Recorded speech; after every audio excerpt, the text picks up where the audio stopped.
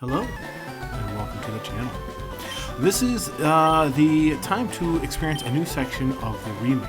This is going to be an area that was never in the original games, and is the first major departure from from Red and Blue for Fire Red and Leaf Green. We're going to begin an exploration on what is called One Island.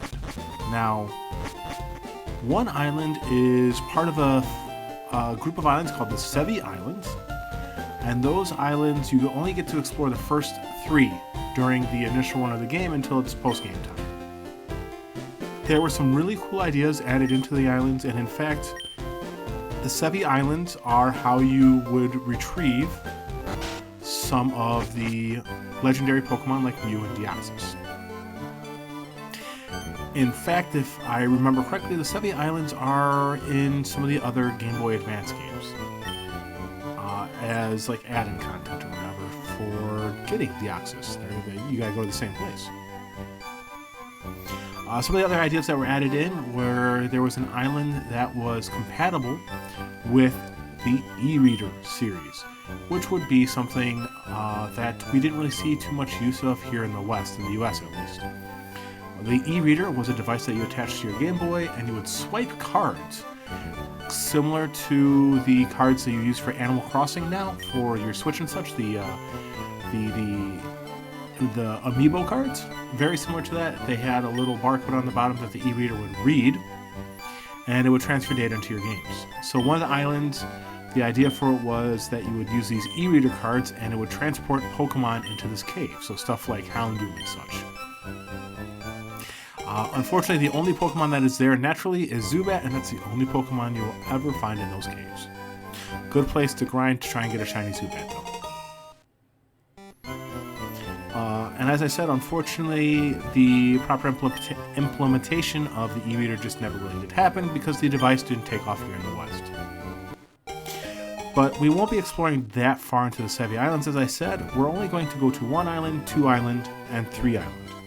1 island here, we're going to give our initial quest, as well as access to the 2 additional islands, a few new Pokemon, and the trek to Mount Ember is from 1 island. Mount Ember is now where Moltres calls home.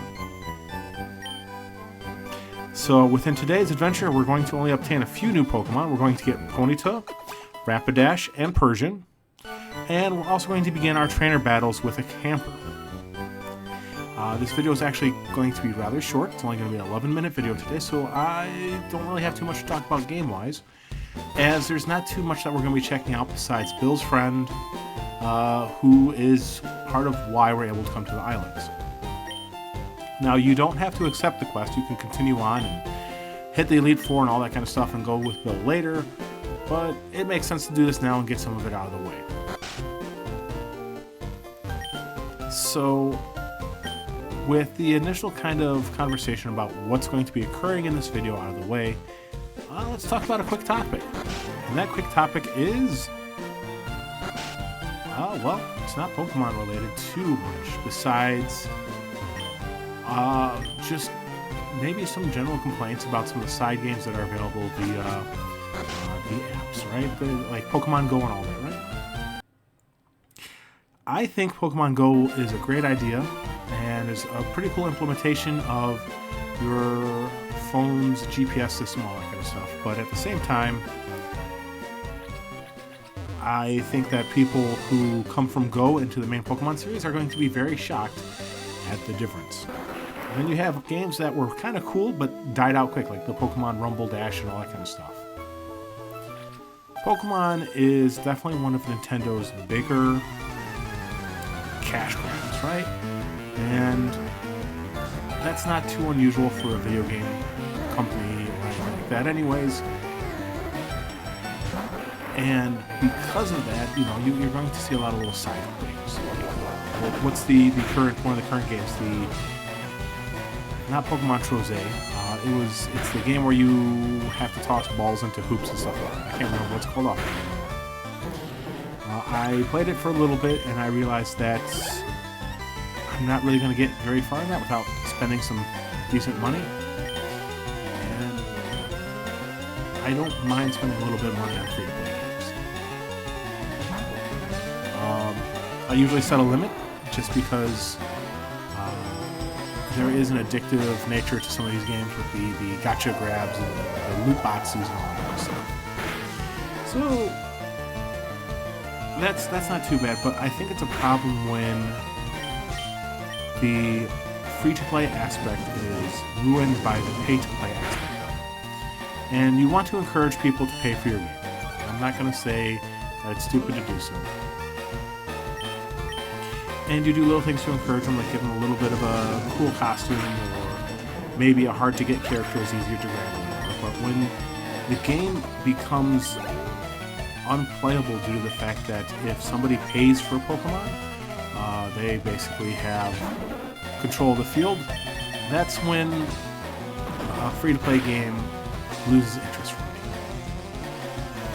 I used to play the Contest of Champions for Marvel ages ago. One of my favorite free-to-play games. I actually spent money on it because I enjoyed it. I think I spent $25 overall over the time I played it. You know, 5 here and all that kind of stuff, right? But the aspect, you get to a certain point, and unless you're willing to dish out big money, you're never going to get beyond that. You know, I was part of a pretty good guild and all that kind of stuff, and we did pretty well for ourselves. But it got to the point where we were never going to get any higher up guild-wise, you know, in wars and such, where you compete with the other players and other teams, because of the fact that we weren't dishing out, you know, hundreds of dollars on a weekly basis. And that's when stuff like that becomes unfun. Thankfully, the console games don't do that. There are some console games that do that. Instead, they do stuff like the DLC and all that. And I actually had no problem with the DLC. I wish it was a little cheaper. I bought DLC for both Sword and Shield. I bought both of them, so I spent, what, about $60 per game? Because I think it was like 30 for, I don't remember. I think it was like 60 overall. I think I spent enough for a whole nother game for all 4 DLCs.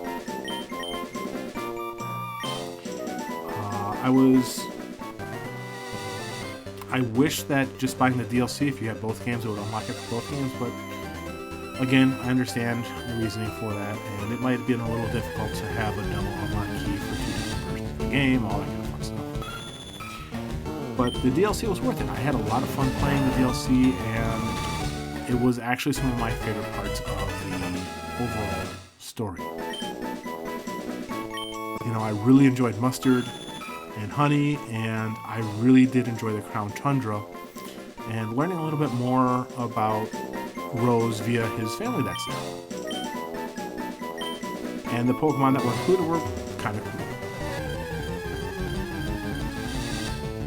So I would prefer stuff like DLC packets over gotcha grabs or loot boxes, as I'm more likely to purchase it at some point down the road than I am a loot box, just to obtain a specific Pokemon or, you know, that kind of